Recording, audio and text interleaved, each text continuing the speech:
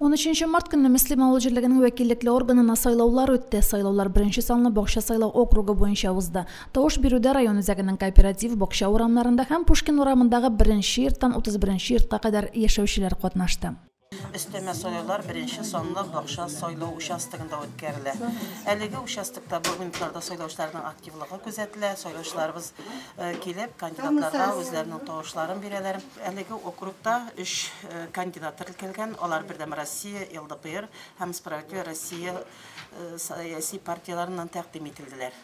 Сайлау участогында 566 сайлаучы тіркәлген иде. Иртәнге сәгать 10-га 130 райондашыбыз гражданлык бурычын үтәргә өлгөрдө. Biz endi bugün Müslim rayonunun yerlerinde deputatlar sayılıyoruz. Aytırga kerak, deputatlar saylanıp, halk için bütün kişilerin berip işlerler dep oylayman de. Aldığı günlerde alarga oңuşlar, selametlik dileyim, yaxşı işler beyassın. Aldığı günlerde de biz Türkiye yaڭalıklar yaxşı yakanalısın dediğinde. Şuna göre sayılarak geldik, yana başlıkta bizge yaxşılıktan yasasını gideriz.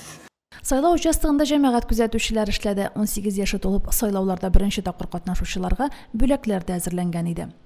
Сайлаучыларыбыз бик актив катнаша, менә күреп торасыз, киләләр, салкын булуына карамастан. Беренче сайлаучыларыбызга 18 яшь тулып, сайлаучы беренче килгәннәргә безнең бүләкләребез дә бар. 6 кеше аларның безнең бүгенге көндә. Әлеге сайлауларда saylaучыларның hukukları saqlanуына, сайлау турындагы законнарның үтәлешенә бәйсез контроль кешеләре буларак без бу сайлауларда катнашабыз. Уңышлы сайлаулар булсын. Һәм инде районыбызның матур үсешендә әлеге сайлауларның нәтиҗәсе уңай чагылышлапсын.